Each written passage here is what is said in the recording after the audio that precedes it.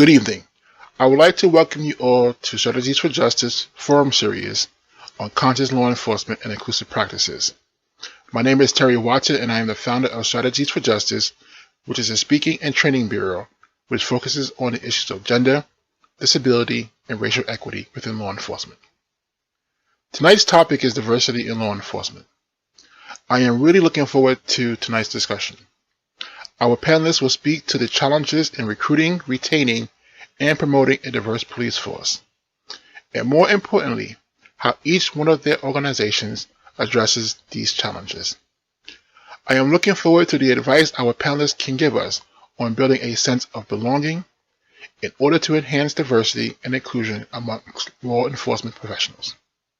Tonight we want to have a conversation to address the nature of belonging, and we're counting on you, the viewers, to ask meaningful questions to our panelists. Before I turn it over to our moderator for the evening, I want to remind you of 3 things. 1. Continue this conversation beyond tonight. We encourage you to join our Diversifying Law Enforcement group, and in this group you will be allowed to share ideas, resources, and continue tonight's discussion. 2nd, after tonight's discussion, we ask that you complete our online evaluation. It will be sent to you via email, and I will also post a link to the evaluation in the chat box. Lastly, do not forget to register for our symposium on conscious law enforcement and inclusive practices in April. If you selected to receive more information or noted that you would like to attend in your registration for this forum, please look out for the email. Registration will open next week. Now on to our forum. Our moderator for this evening is Iris Richardson. Iris is a native of Philadelphia, Pennsylvania, and in March, Ms. Richardson began her position as the Director of Diversity, Equity, and Inclusion for Penn State University Police and Public Safety. Iris is committed to developing overall diversity, equity, and inclusion programs for the University Police and Public Safety, while also serving the overall Penn State community. With that said, I will hand it over to Iris Richardson, where she will introduce our guest panelists for this evening. And on behalf of Strategies for Justice, thank you all for participating. Good evening, everyone. Again, thank you, Terry, for that wonderful introduction. My name is Iris Richardson, again, the Director for Diversity, Equity, and Inclusion with University Police and Public Safety. As Terry shared, I accepted this position in March, coming up on a year, and it's been a lot of great work, and I'm looking forward to tonight's conversation as well. First, I would like to introduce you to our first panelist this evening. Her name is Kathy Caldwell. She is a member of the LGPA Gay Officers Action League. Kathy is a Chicago police officer, and she's been in this role, in this position for the last 26 years. Hi, Kathy. Hello. Good evening. I've been an officer for 26 years. As Iris stated, my current position is with Information Services Technology. I do body-worn cameras and in-car cameras. I do retrievals for the Chicago Police Department, as well as technology based just about anything.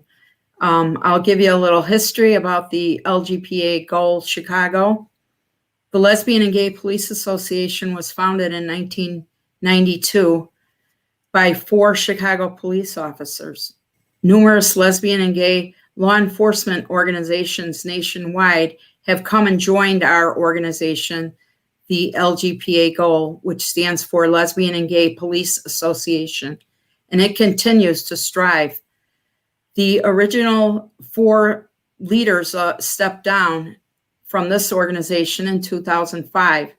In the spring of 2005, we expanded our membership by merging with Gay Officers Action League, which is a chapter of many different chapters throughout the United States. Chicago is just one of the chapters, thus opening our organization to firefighters, public safety officers, associated members.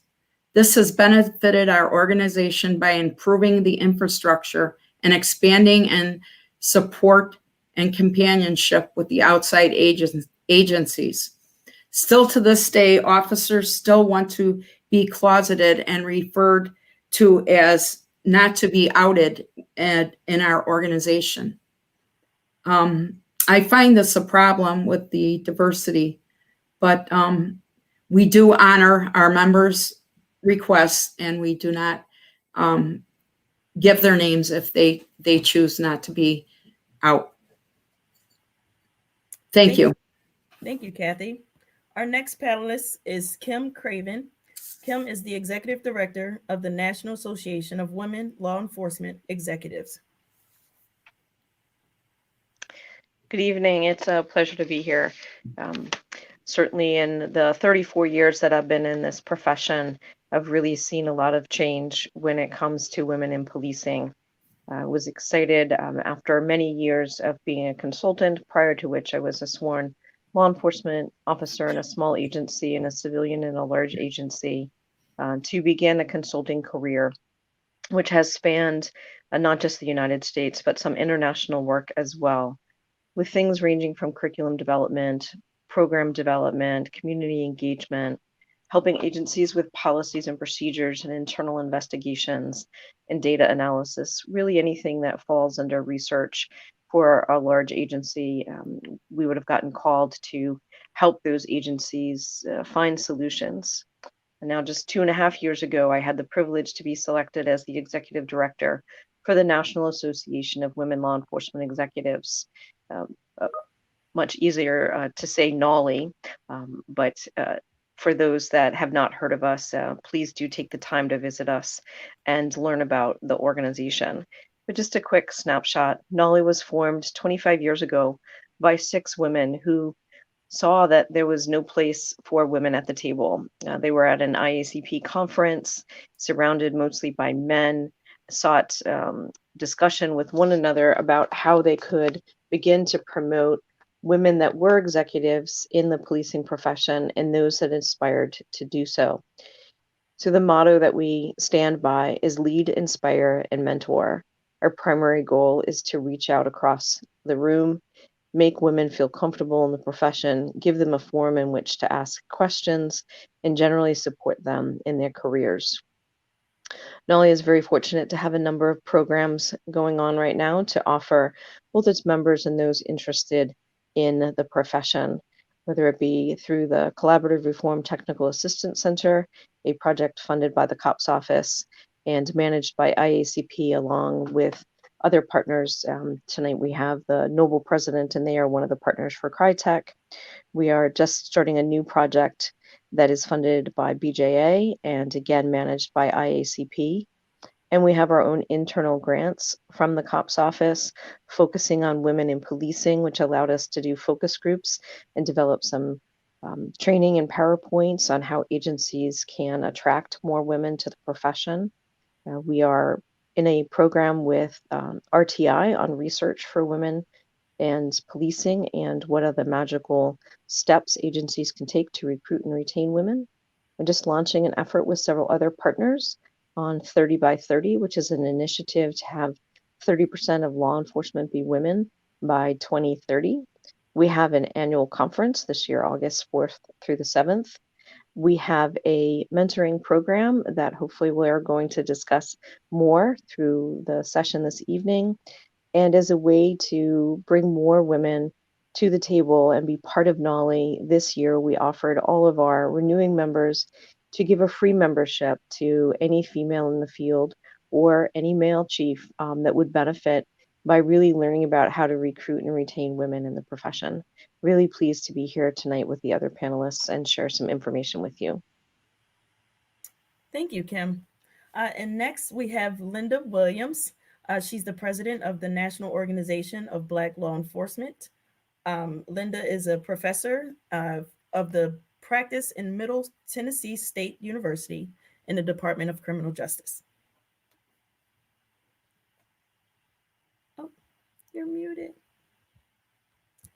And I think you're muted. Uh-oh.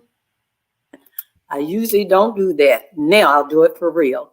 Well, good afternoon. I bring you greetings on behalf of the National Organization of Black Law Enforcement Executives, NOBLE. I am Lynda Williams, the national president. Noble's mission is to ensure equity in the administration of justice and the provision of public service to all communities. And we serve as the conscience of law enforcement by being committed to justice by action.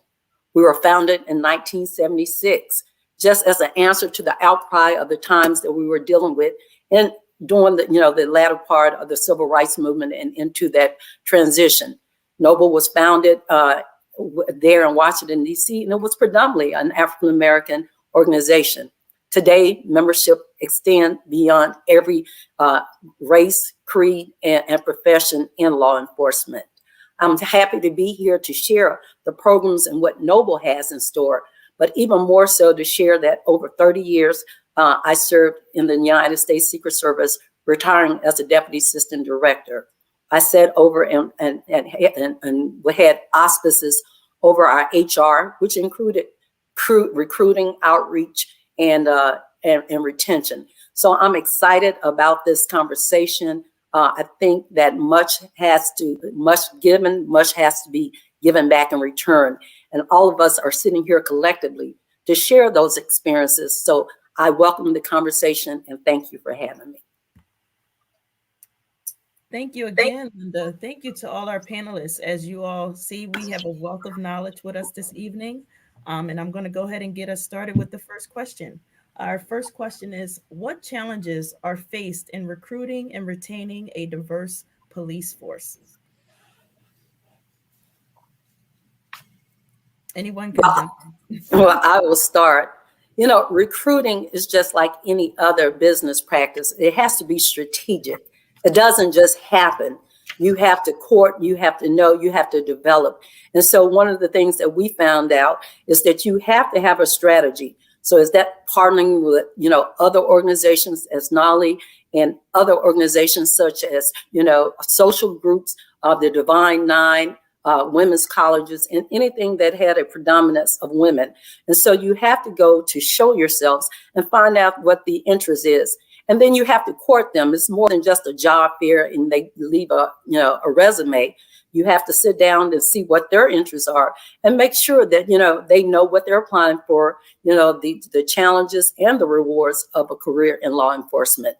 But it comes through a myriad of conversations and meeting one-on-one, not just something someone put in an application and hope for the best and think, it's a right fit.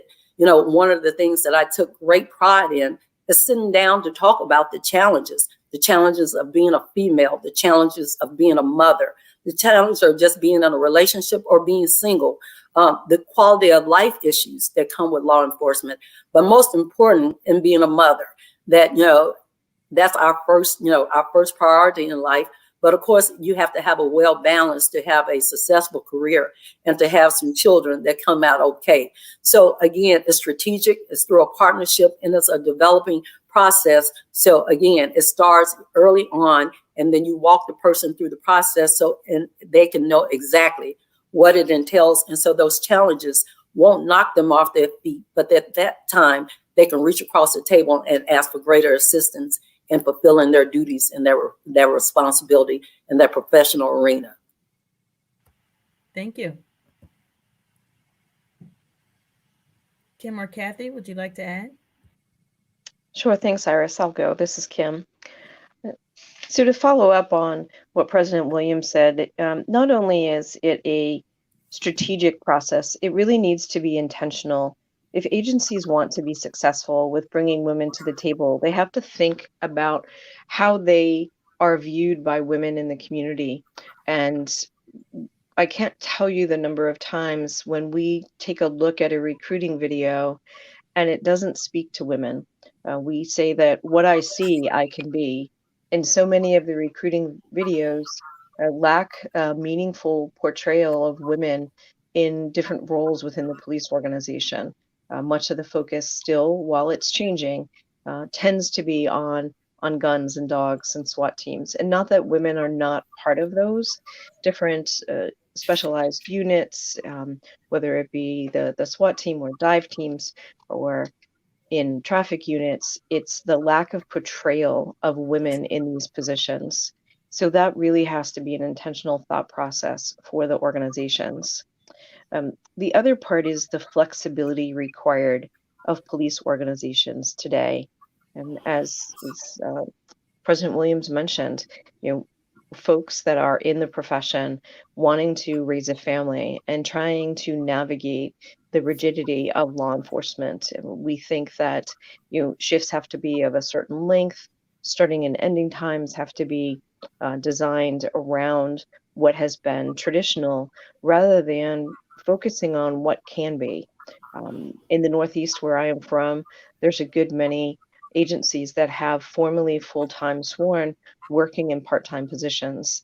If that's good enough for those that have retired to come back and work part-time, wouldn't that be something that we could use to attract women into the profession so that they have some flexibility to job share and raise their children?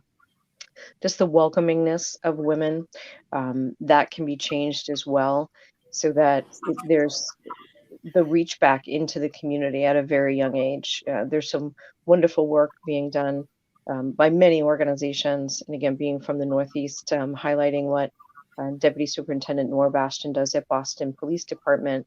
She's always out in the community working with young women, showing them what the police role in the community is, being very strategic about working with women, mentoring them, and really showing them that they have a place in our police organizations. So those are just some things, and now I'll turn it over to Kathy. Thank you, Kim. Sure, not just women, as well as other diverse ethnicity, such as African American, Hispanic, and other diverse groups need to be mentored and need to come to the table as well, so that we create this diversity in law enforcement that we're talking about. And they need to be mentored as well, and they need to be taught and guided in the right direction. And it is hard to become a law enforcement officer. The challenges we face every day we put that uniform on and go out to serve and protect. We don't know if we're going to come home to our families at night. I understand that the hours are long and difficult. When I started, I know I worked midnights, which was very difficult for me. I really didn't like it at all, but we have to explain this to our recruits that are interested in becoming law enforcement officers, and we have to guide them in the right direction. And we have to make these departments more diverse with people, so that the communities are not hating us out there, the law enforcement officers, so we can come to the table and unite with them and have a more diverse and community policing. That's about all I have right now. Thank you. I just have a short follow-up based on what Kim shared about the perception or the materials that are out there that don't necessarily reflect our females or our women. Can you provide some suggestions, some small suggestions on what we can do, or someone like my position could do to help better that or bring more quality or representation in? I think that would be great. I think the employees are the best marketers for an organization. But most importantly, it starts at the very top. The director has to make that an important tasking for the entire organization, that it's not just left to, the recruiting division or whatever. It has to be intentional. And then every office has to be responsible for that outreach and their recruiting. And so it's not something that's left lackadaisical, that, some of your evaluation is based on how aggressively you try to bring in diversity, and even, the rate of what kind of potential candidates that you are attracting. And so again, there has to be accountability. But the only way that is sold in my previous department is that it started from the top. It was a mandate. Everything was around that. There's the support from all of the organization. It wasn't just a few. It wasn't just HR. That our organization as a whole, in particular after sequestration, the federal government lost hundreds of people. And of course, if you're not recruiting during that time, you're not replenishing that pipeline. And so we find ourselves short. But again, the director of the organization made it a mandate that this was an all hands on deck. And of course, when it starts at the top and permeates throughout the organization, they realize that this is a mandate and it's not optional. And then, of course, in our recruiting outreach campaign, we made sure that we included women in our posters, in our advertising. We show both of them that, you can be diverse, you can be yourself. We show people from different walks of life and different ethnicities to let them know that the Secret Service did not discriminate, that everybody has a role if you successfully, complete the training and come into the organization. Thank you. Sure, to echo that is really thinking about those strategies that can make folks that are diverse, whether it's minority candidates based on the color of their skin or their gender or their sexual orientation, is that welcoming, that inclusion, and really getting out there and talk about it. Think beyond just that recruiting poster. How does your Facebook and social media reflect what your organization does? Who are you showing in your clips? What types of pictures are you promoting on your webpage? And who's out doing the talking in the community? Really making sure that that's very inclusive of all different folks that are in your organization. And it's also about thinking beyond our traditional spots where we might go to recruit. So think beyond just criminal justice classes. Think about professions that are problem solvers and getting them to think about law enforcement early on, working with our faith-based partners, going into groups that normally policing wouldn't think to reach out to first, getting to know them even before the recruitment starts, including them in programming, whether it be national night out programs, having youth in the community participate in those events with officers so they start to see that the profession is one that they can aspire to be in, that they can emulate what the officers are doing. And it's really that exposure.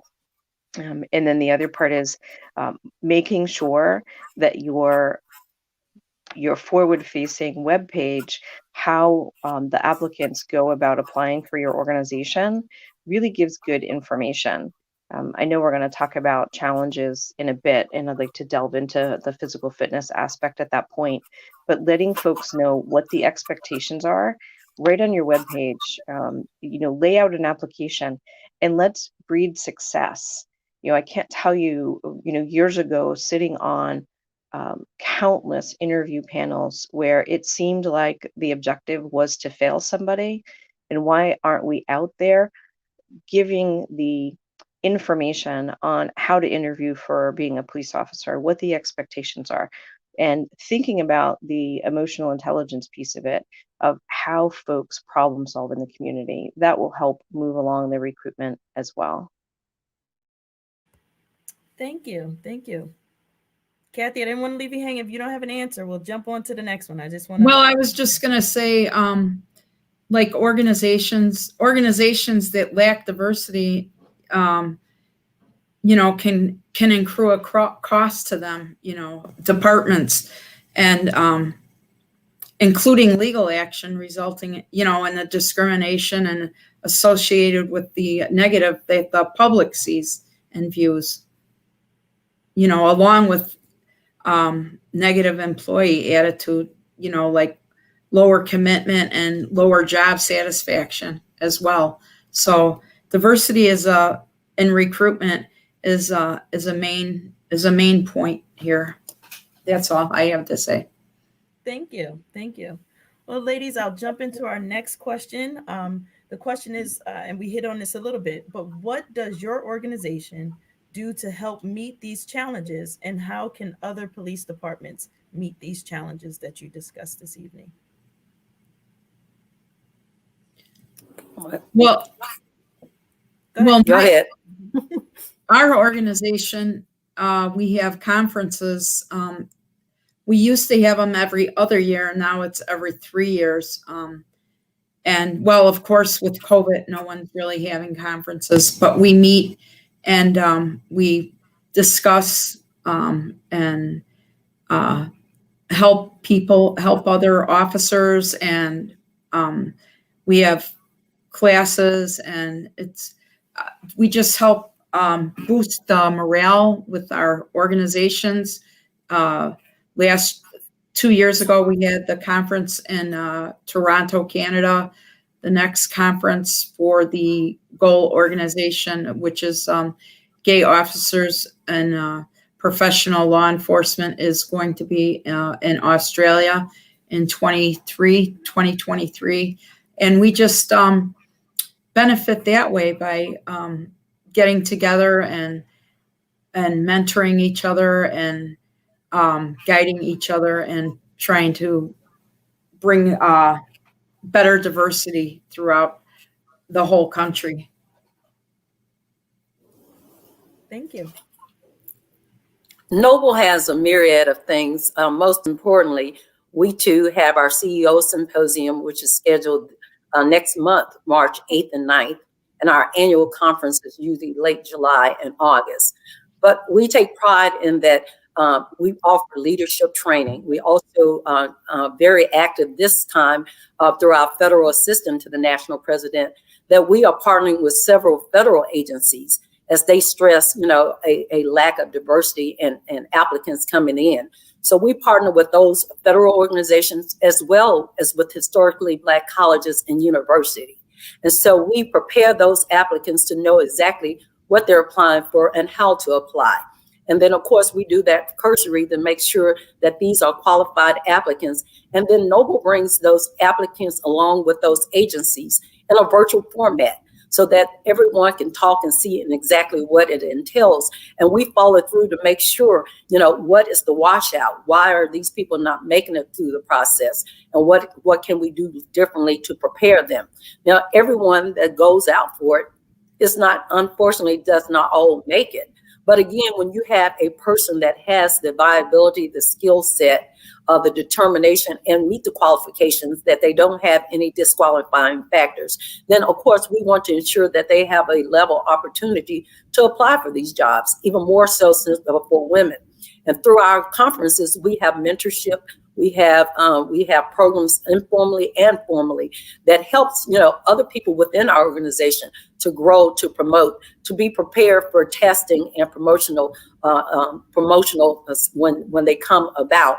And so again, a lot of times the best teacher are the people that are sitting beside you. When you see someone else that can navigate and that they have done it successfully, they're the best testimony, and that they can share those experiences, good and bad, from a realistic point of view, not from a brochure, that we are one-on-one. And our organization is law enforcement on every level. That's local, state, and federal. And so again, it's not just those chief of police and those executives, but those people coming in, in a lesser rank and file that have, aspirations of going up the ladder.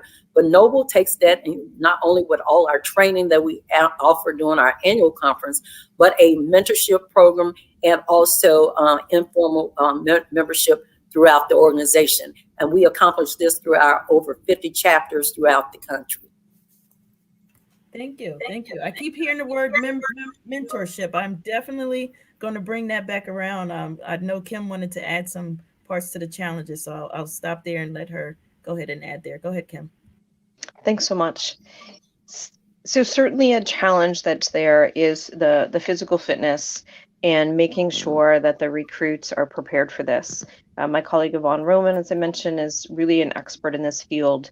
And if you can do a quick Google search on her, you'll find her TED Talk where she talks more about this in detail.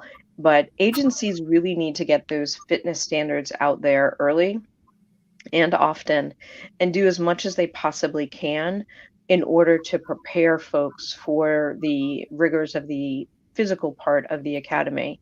One of our board members, our past president, Val Cunningham, does a run with their recruit, and just small steps like that can really make for a successful academy experience for those that are coming into the field.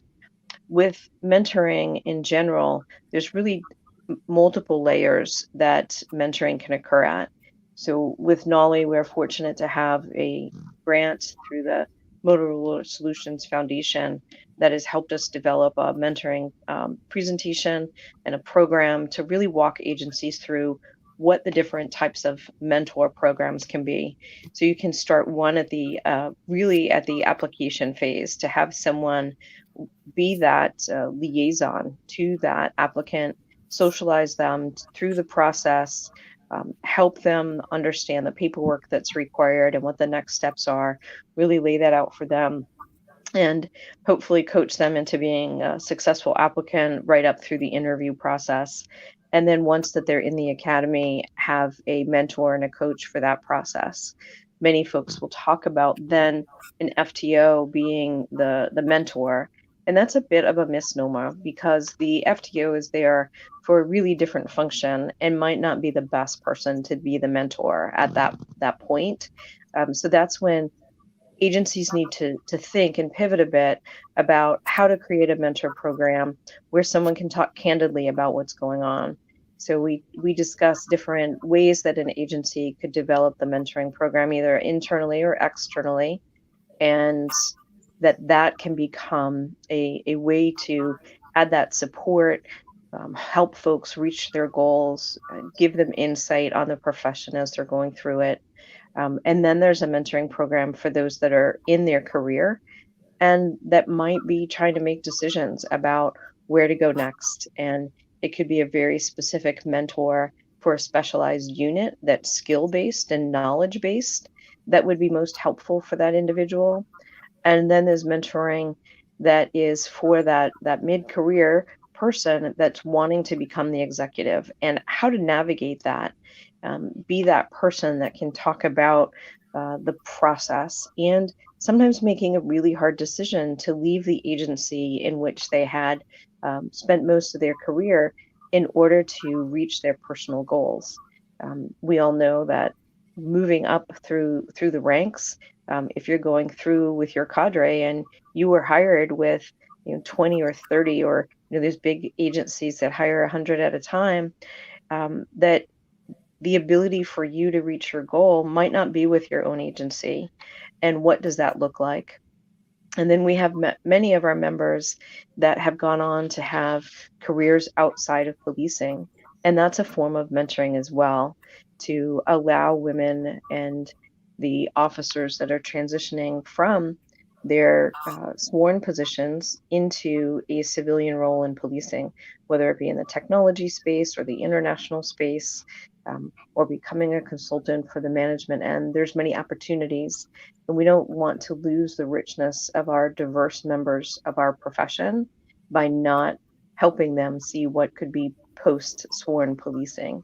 So I think that mentoring at all levels is really important. We, unfortunately, because of COVID, like many other of our associations, had to put some of our programs on the back burner.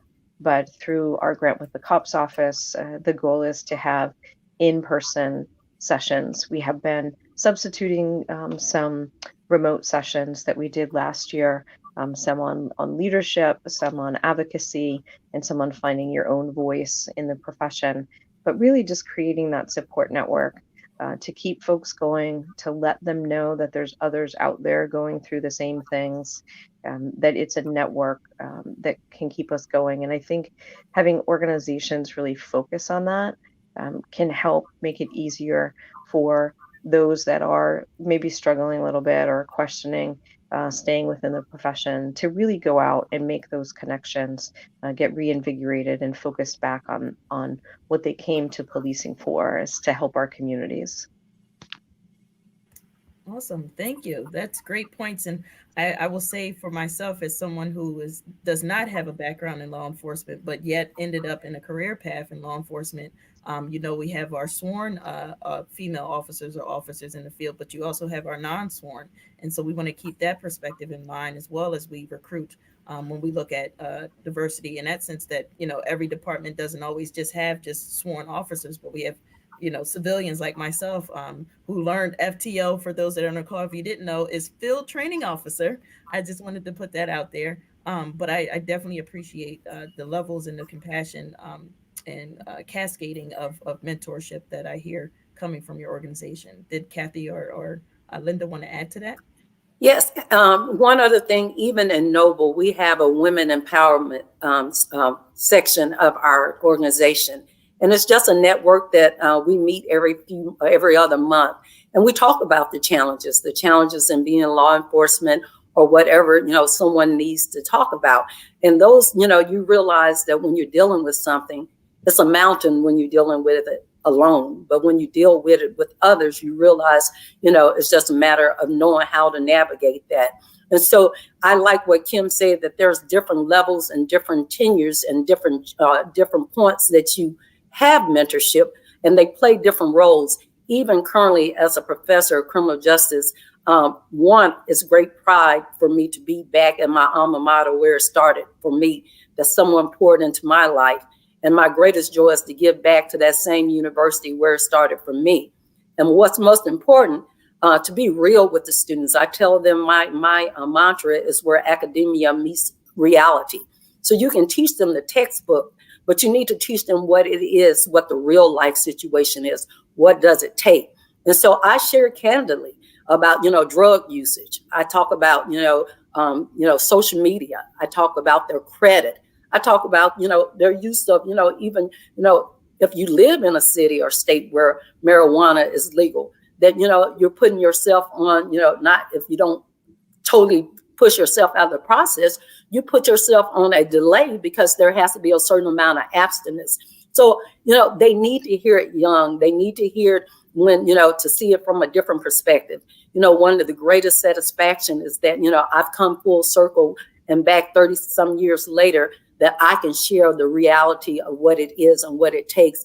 I didn't have the benefit when I was in college because social media didn't exist. And so I actually bring subject matter experts to talk to the students from every walk, before COVID. And so they can ask those professionals, what is a day like in your job? And what does it take? And what are the challenges? And so that they are better prepared, that they don't finish school and realize I don't have what it takes, or this would preclude me from going into the process. So I start out and tell my freshmen, you know what, you got a good start. But if I talk to a senior that's still doing drugs or something, you've already put yourself on delay. And I think they need to hear it from different sources, but being able to be, to relate and make those judgments for themselves. And I'm grateful that even in 4 years, I have many students that have continued on in federal law enforcement and different walks because, they come back and they say, I didn't know that I could do this. So I think mentoring is very important on every level and at different junctures in your life.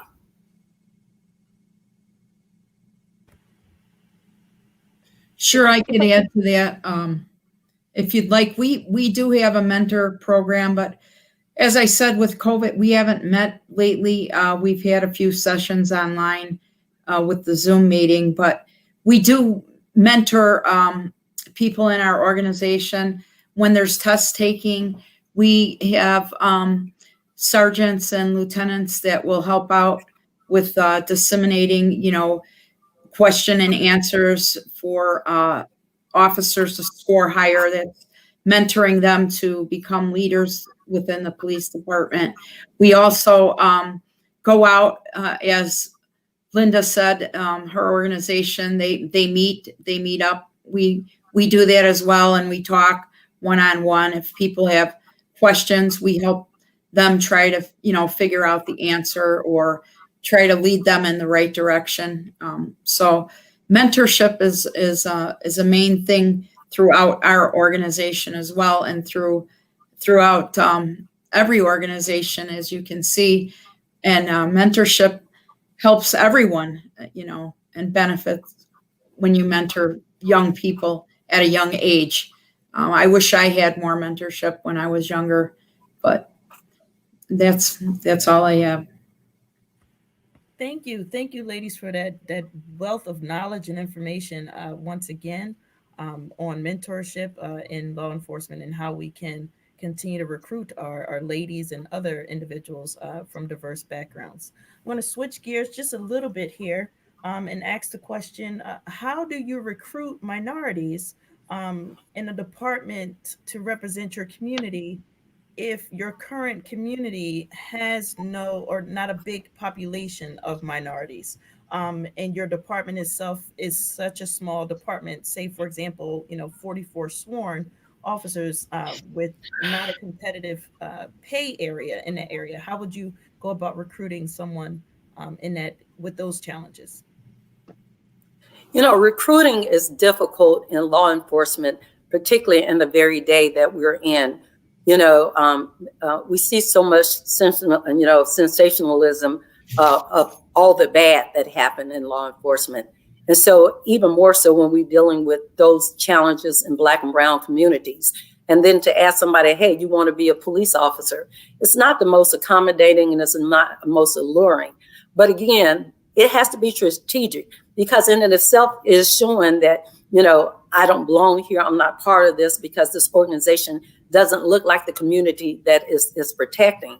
But that has to be a strategic challenge and a mandate from the top of that organization. So even if it's getting into the community, going into social settings to find out people that potentially might be interested and show them what they have to offer, to the department, as well as the benefits from them being here. So it's not anything that's going to happen overnight or just because you're looking at TV.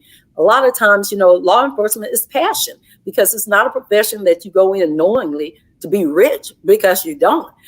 You have to care. And then when people realize that you care and there's an opportunity for them to grow and to be part of something and to be something larger than themselves, then that's an incentive. But it doesn't happen from someone sitting in a cruiser and driving through a community. It has to be intentional that you go to those city council meetings, that you go to other organizational meetings where you meet people that look different from you. But you need to learn them and let them learn you to make it attractive. Because one thing that, one of my proudest moments is that, I left the organization that I retired from better than once I found it. That, even that women, we are a very vital part of this department. And even still, we're still women. We still have children. We still have responsibilities, but how to navigate all of those challenges. So it has to be intentional. It means going outside of that patrol car, going outside of those office hours and getting into the community, get to know the community, to build a rapport where the community trusts and respect you. And then in return, it makes it more attractive. But again, it has to be a passion that someone has, but someone has to take the initiative to reach across the table to say, hey, you're important and that you can be vital to this department as well. Thank you. A few things on that, Iris. So recently, Deputy Chief Cunningham did a What's New in Blue podcast for the COPS office. And in that, she stressed the difference and actually showed a wonderful video clip on the difference between being invited and being included. So in order to get more diversity within our organizations, we won't be successful if we just change our recruiting campaign to get people in the door. We have to actually include them in the process. So if we think at a really grassroots level about community engagement, I think the question was, how do we recruit to look like our community? And I think there's a few things on that. Is one, let's look beyond what your community looks like to what our country looks like, because we do have pockets of our country that are not as diverse as others, but let's strive for diversity in all the work that we do. And if you think of a community, first and foremost, there's gender, and most communities do have a 50-50 split between men and women. So start there. If you don't have communities of color within your community, try to connect with a regional basis. Look at the faith-based community, look at different organizations. And within all of our communities, we have community members that are from the LGBTQ plus community, and reach out to them. There's many organizations all over. I live in a very rural part of New England, and we have groups, community groups that are very diverse. And while they might not be right here in the community in which I live, they're in the neighboring community. So reach out to them and offer someone the opportunity to be that change that they want to see in policing. And another part of community engagement is if you can get the folks within your community to help you with recruiting and retention, not just by bringing folks to your organization or listening to a speaker, but truly get them involved and having them sit on some of the interviews that you do. That really can show that you want the community to be part of your police organization. And those could be some starting steps for a smaller organization.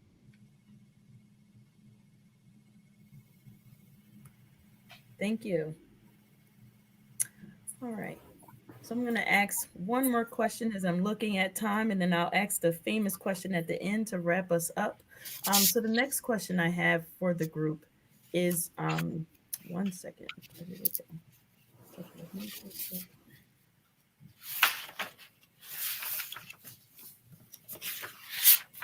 So we talked about recruitment a lot, and we talked a little bit about promotion. I'm going to end on this question. When we talk about recruiting, we then want to retain. So I want to ask the group, how do you go about retaining our members once we recruit them? We're doing our promotion, we get them out, we get out there, but how do we then retain our members to then stay with us in the departments, if you want to share? What I've found most challenging in law enforcement is quality of life issues. Everybody know that law enforcement is 24/7. The newer you are, the more ugly shifts that you have to work and time management. And so it's very unattractive for so many levels. But again, to be able to do that, you got to give people goals that they realize that if they accomplish such and such, then they can move to the next level, and that the playing field is level.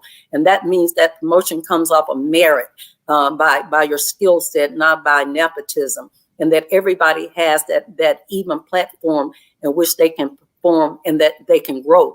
And you have to give them incentives, and you got to give them structure on how to do that, because when it's left too ambiguous, that's when we lose a lot of people, because they realize that they're a hamster running around in a wheel and there's no way to, go further.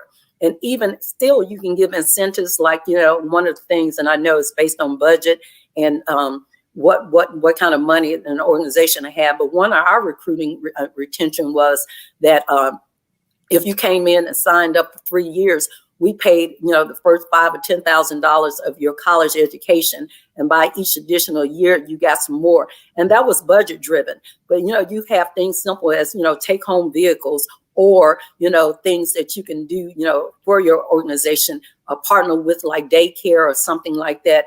And like Kim kept saying, the faith-based community is huge, and Reverend Markel Hutchins just launched the Faith in Blue initiative. And it's just that the church is the cornerstone of communities, and everybody goes through something kind of another, but that's the core of the community. So in order to get those people and to retain those people, they have, the buy-in from their community. They feel part of what their community, but the best advertisement are the officers and the personnel that's in the department. Because if you showing someone that, is very, obstinate or offstanding, who wants to be a part of that? But when you make a person feel part of something and inviting and give them the opportunity to grow and to reach their greatest potential, then you have an awesome employee. Thank you. Thank you. Yeah, Lynda, I agree with you on what you're saying, but here in Chicago, it's been very hard this past year with all the looting and rioting. Our retention has just gone down so far. There's the young kids, they just, they don't want to work. We were on 7 days a week, 12-hour days for most of the summer last summer. And it just took a toll on not only our new officers, but the seasoned officers as well. And so the retention rate here in Chicago has really gone down. But I like what you're saying about mentoring. And I remember they used to give honorable mentions a lot. And I think that drew, a lot of young officers. The more you got, more honorable mentions you got, the way you could get promoted to a different unit. And that, I don't see that happening anymore. I think they need to bring things like that back to our department. I don't know if your departments have that, but retaining these young officers, it's very difficult here in Chicago. Because what people want to see is that transparency, that there's an opportunity for them. When people are left in the dark and don't know where they fit in an organization or where they go or how they grow. So it's most important that is right there, transparency, so that they can understand what it takes to get to the next level. What do I have to do to compete, to be competitive? And so again, we have to make sure that those guidelines are outlined and that everybody knows exactly what it takes, and that everybody has has the same opportunities to test, to go through interviews and the whole process, but you have to make it equal across the board. Agreed. Kim, I saw that you wanted to add some pieces to it as well. Yes, I think that the pathway to success is really important, and really finding space for people to be successful.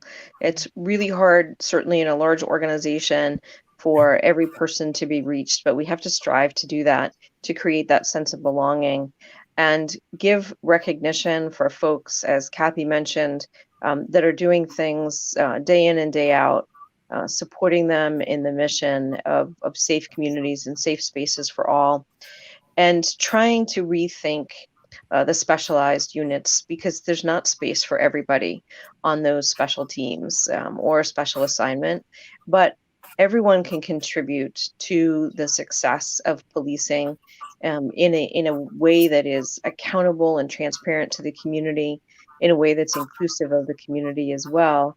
And if police leaders can think of how to spotlight the small successes, how to find places for people to be successful day to day.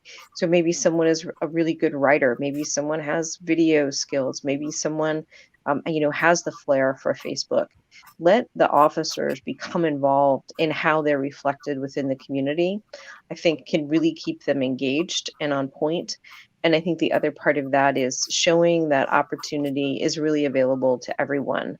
The more that we can rethink how we do promotions, which I know is very sticky with our unions and our guilds across the country, but really making sure that everyone has that opportunity to be successful.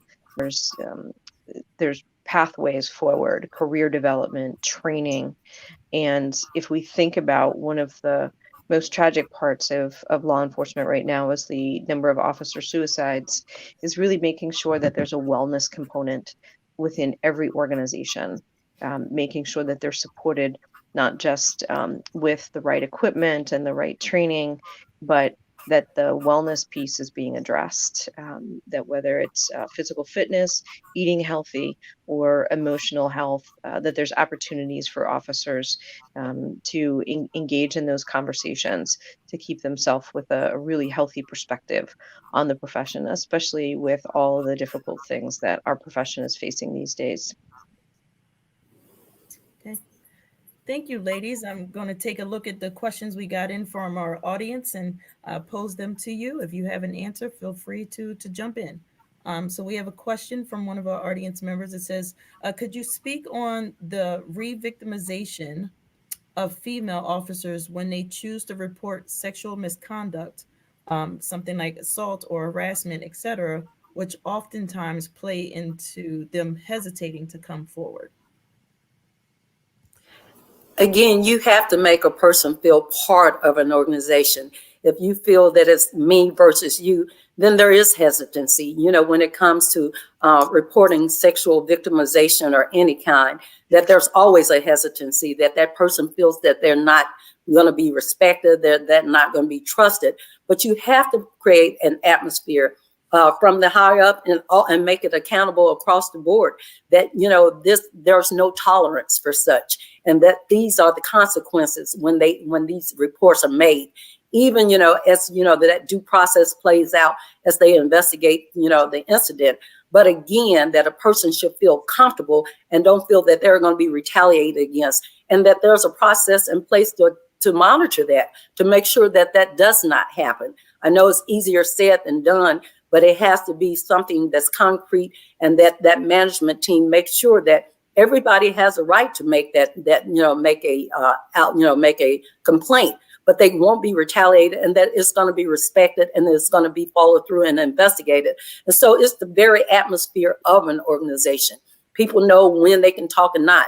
But it comes down from how is that organization, how do they treat their officers? How do they treat their personnel? That they feel part of something bigger than themselves, that they feel part of this organization, not just some, disposable person just because you made somebody mad and your life is gone. So it's that very atmosphere and that professional stamina that is set in a respectable organization. Thank you. So this topic is one that goes back for many years. There was a report that Chief Penny Harrington had done, has to be well over 20 years ago. And in that report, the statistics were then that over 60% of female officers some level of harassment or discrimination while employed on a police organization. And that's something, as President Williams pointed out, there has to be a zero tolerance policy that has to be socialized from the minute that someone starts the process of applying to an organization, and has to be reinforced at all levels of the organization to say that it won't be tolerated, and that there are repercussions for those that engage in that behavior, so that those that speak out, whether they're male or female, about discrimination and harassment are protected from their organization.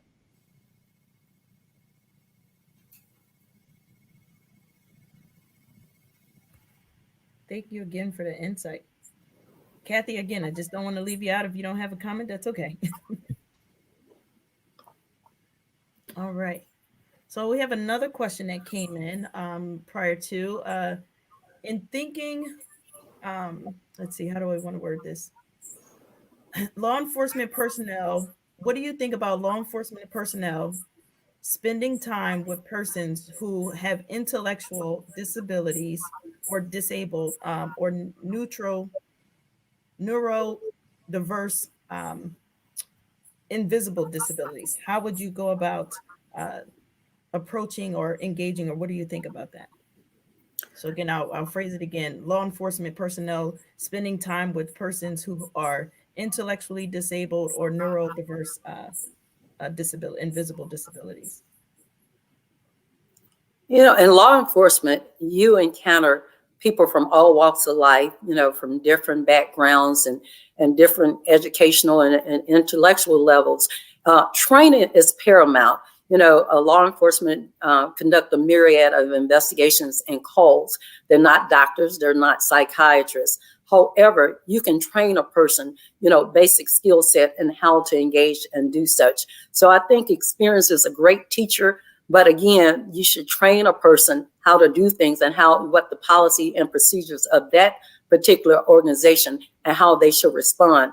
Whether, they, refer them over for psychiatric evaluation, or do they make an arrest if, that's a fine line that they've crossed over, breaking the law. Or do you realize that they're part of that neighborhood, that they're a neighborhood character, that, they're not harmful, but they do suffer from some mental illness. And so people have to be trained accordingly to have to deal with people. But the bottom line, if there's no training, is respect, that you have to treat people as human beings.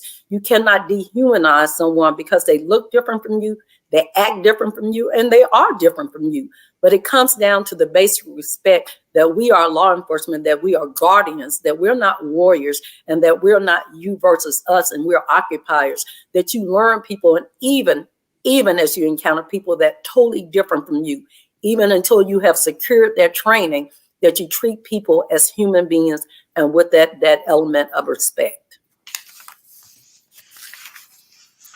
Thank you. I also think that in addition to training and just general good treatment of people, no matter who they are, is the ability for a community to really understand its resources. We are not the problem solvers of everything. We said we are not the doctors, we're not the nurses, but we can find those folks within our community. And I believe that the emergence of the co-responder programs that are spanning our country is really an asset to our community. It shows engagement and partnerships from law enforcement organizations and a way for us to give more service, to be the guardian, and to make sure that folks are not harmed, ridiculed, or themselves in any danger because of something that they might be challenged with, whether it be something that they were born with, something that is related to mental health or substance use. That if we really understand our communities and how to get folks help, that can really help just the providing of services to a diverse group of our community members. And that's on us to make sure that we know those resources. Sure. And also a big part of that is trust, having the community trust us as we work with them, and being professional, being respectful, showing them dignity, showing them that we're dedicated to our job. That brings the community to trust us as law enforcement officers and brings us closer to them. So if they do have disabilities or, any kind of traumatic incident that occurs, as long as we communicate with them and have procedural justice, communication, trust, I think that it brings us closer to community policing and helps them to understand where officers are coming from.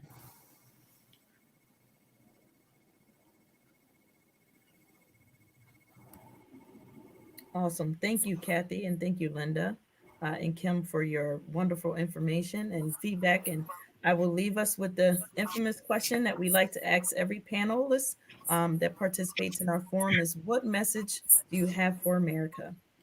And whoever wants to, again, go first. Hey. Okay, I'll take that one. I'll take that one. One of my agenda items was reimagining public safety. In this hypocrisy of democracy that we live in now, that, America is supposed to be home of the free and equal opportunity. But we see that that's not being played out, as we see it over and over in high definition. But if we reimagine law enforcement, that we know that law enforcement are here to serve and are an extension of the communities. And even with the assets that they've been given, and to partner with, other agencies for mental health, for homelessness, for drugs, for a myriad of things that, police are not proficient in. But again, when we reimagine law enforcement, that, everybody has that mutual respect of one another, that the law enforcement are here to protect and serve, and not to come to destroy or conquer. And this comes by all the national legislation that Noble pushes, and that's on the table now, that we see are going, to so many agencies. And that's that this world and this country is calling for accountability. They're calling for transparency. Until we can trust each other, we still have a hill to climb. But we have to have that accountability and transparency, and look at the way that we have been doing, law enforcement and policing, and learn from those mistakes and from those things that we know better, we will do better.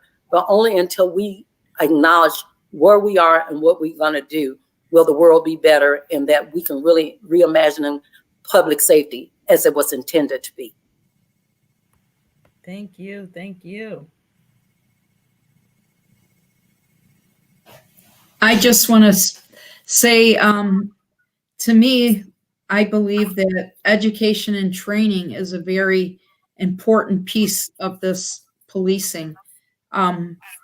Without the education, knowledge that we should give our police officers, learning the community, learning how it is to be a peacemaker, more training. I think that would help our officers and help them understand, the multicultural implementation and the strategies that's behind it. So culture and diversity is a fact of life, and it's always going to be there. So I think that if we expand on our training and education within the law enforcement and within our diverse communities, we can lead the way to demonstrating to others a more professional, diverse policing strategy. And it would help the community understand policing and help us unite together. Thank you. Thank you. And last but not least, Kim. Thank you.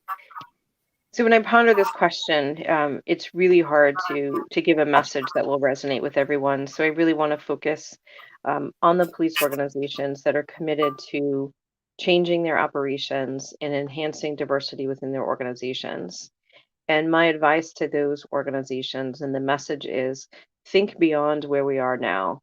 Stop feeding into the status quo and really think about what policing could be. I've had the fortune to represent NOLI with a group on reimagining policing that's had several meetings over the past few years, and even beyond the complications of this past year and the incidences that have brought forth many conversations on social justice.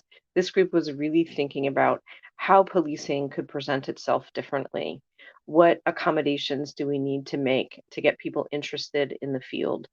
Think beyond the parameters that our organizations have been operating in. Open the doors to a different way of thinking. Invite the community in, not just in a public relations way, but in a way that is really meaningful for community members to give input on what they want their police organization to look like. And be flexible. Push the parameters of how we've pigeonholed policing to be, and think about the possibilities for the future. And with that, I would ask our communities to give your police organizations a chance. So those of you that are in the research world, if you can facilitate conversations, if you can bring information about that would help communities sit at the table with their police officers and have really meaningful discussions about how to move forward, and really stay on a track of being intentional and strategic about how you're bringing people into your police organization. Rethink your recruiting strategies, rethink your application, rethink what you're giving extra points for. It might look really different than it does now, but it can reframe how our police organizations operate into the future. Thank you, thank you, thank you all. Thank you, Kim. Thank you, Lynda. Thank you, Kathy, for your wisdom, your knowledge, your passion, and dedication to this work. And I want to thank Terry again for this opportunity. And our audience that are watching, I hope you really was able to take a lot away this evening. For anybody that missed it, please feel free to pass this link on to them at a recording so that they can hear this amazing message as well. And again, I want to thank you on behalf of Strategies for Justice for joining us this evening for another successful forum. Good night.